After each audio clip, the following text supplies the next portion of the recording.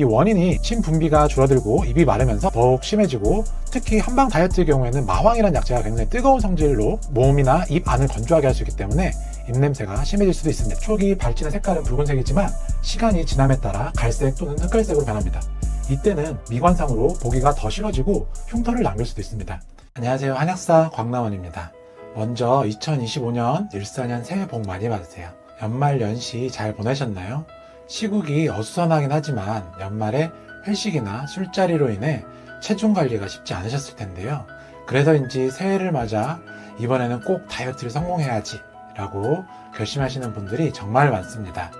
오늘은 일반적으로 알려진 다이어트의 부작용인 무기력함, 어지럼증, 두통, 우울감, 피부, 모발 건강 악화, 여성의 생리불순 외에도 의외의 다이어트 부작용 증상들이 있어 두 가지만 소개해 드리려고 합니다.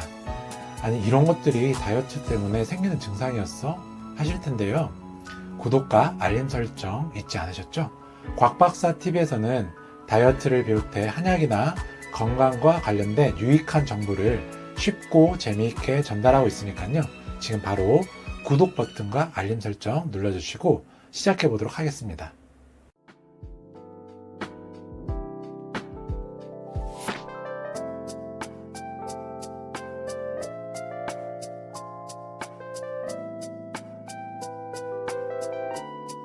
여러분 혹시 알고 계셨나요? 사실 다이어트를 시작하기에는 겨울이 가장 좋은 계절이라는 것을요.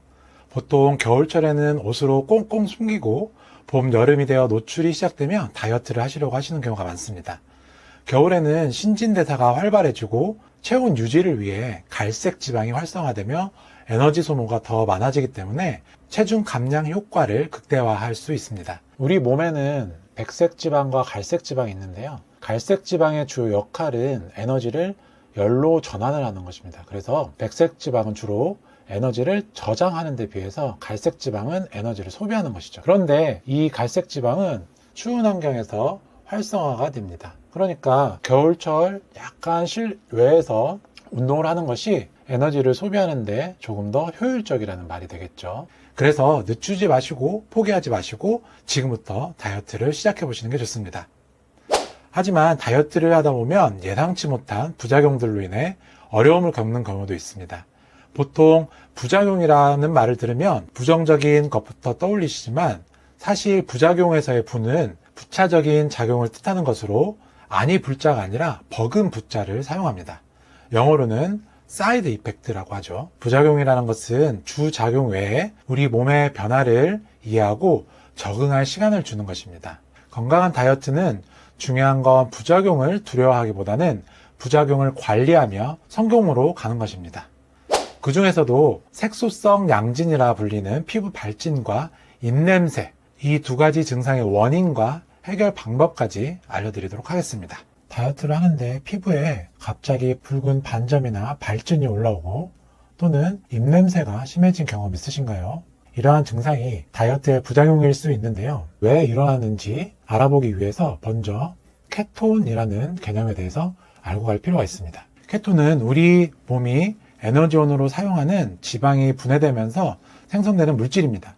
평소에는 우리 몸은 기본적으로 포도당을 주요 에너지원으로 사용을 합니다. 다이어트를 하게 되면 가장 먼저 줄여야 하는 것이 또 탄수화물입니다.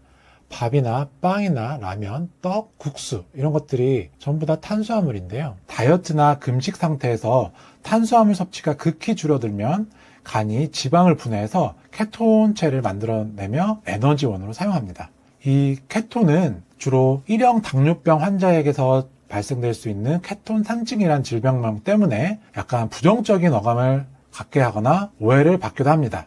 케톤 상증은 주로 1형 당뇨가 있는 환자들에게서 많이 발생이 되는데 정상적인 상황에서는 인슐린이 포도당을 세포 안으로 넣어줘서 보내는 역할을 하지 않습니까? 포도당이 충분히 세포에 들어가면 간은 더 이상 지방을 분해해서 케톤을 만들 필요가 없죠. 그래서 인슐린이 충분하면 케톤 생성이 억제가 되는 겁니다. 그렇지만 1형 당뇨 환자들 같은 경우에는 혈액 내에 포도당이 충분히 있음에도 불구하고 인슐린이 분비되지 않기 때문에 세포는 배가 고픈 상태에 굶주려 있는 상태가 되는 겁니다. 그래서 간은 포도당이 충분한지도 모르고 계속 지방을 분해해서 케톤을 만들기 때문에 이런 케톤산증이 발생이 되는 거죠. 하지만 케톤 자체는 탄수화물의 공급이 없을 때 지방이 에너지원으로 사용되며 생성되는 지방의 대사산물로 자연스러운 것입니다. 이렇게 탄수화물을 줄이고 또 지방 섭취를 늘리는 다이어트 방법이 굉장히 많죠.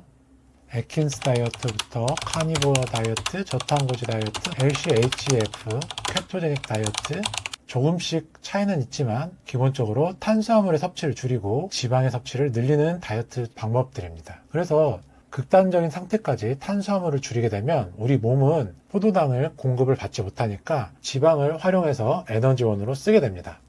그래서 이러한 몸 상태를 만드는 것을 목표로 하는 다이어트 방법들이 방금 말씀드린 다이어트의 방법들입니다. 탄수화물을 적게 먹고 지방의 섭취를 늘리는 케토제닉 다이어트는 몸이 포도당 대신 케톤을 주 에너지원으로 사용하는 상태를 추구를 하는데요.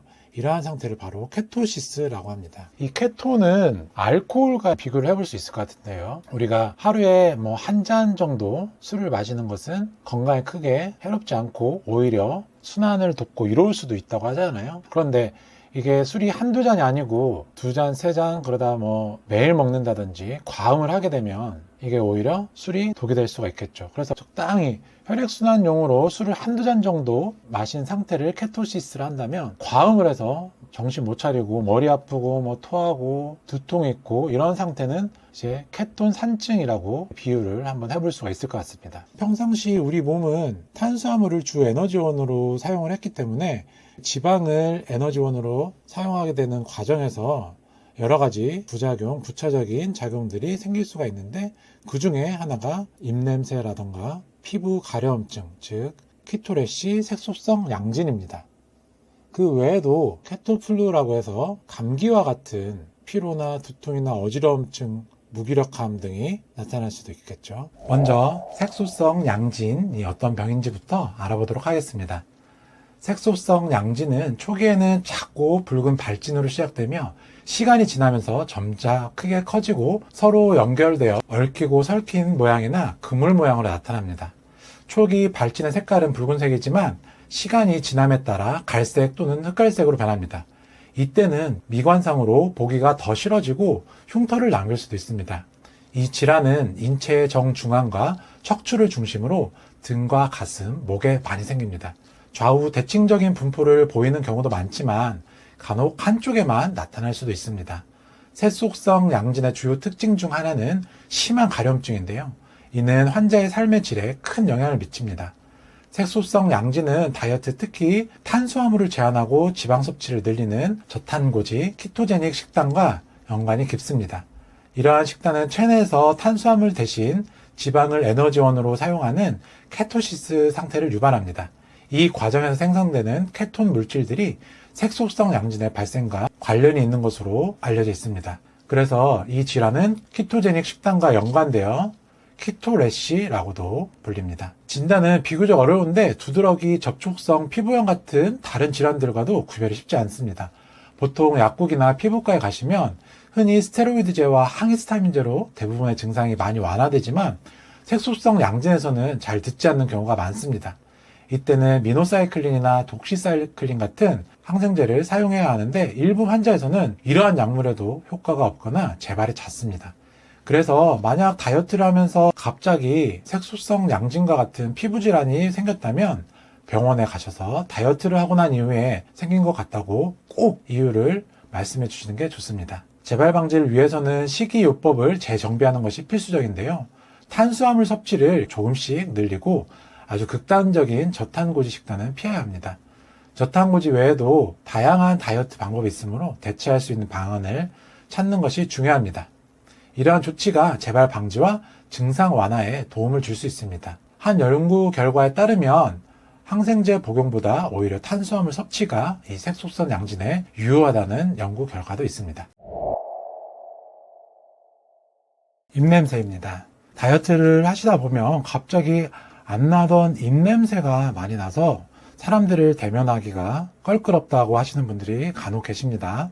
이런 입냄새가 나는 것도 다이어트와 관련이 있는데요. 인체에는 세 종류의 케톤체가 있는데 아세토아세트산은 소변에서 주로 발견되는 케톤체이고 베타 하이드록시 뷰티르산은 혈중에서 주로 발견되는 케톤체입니다.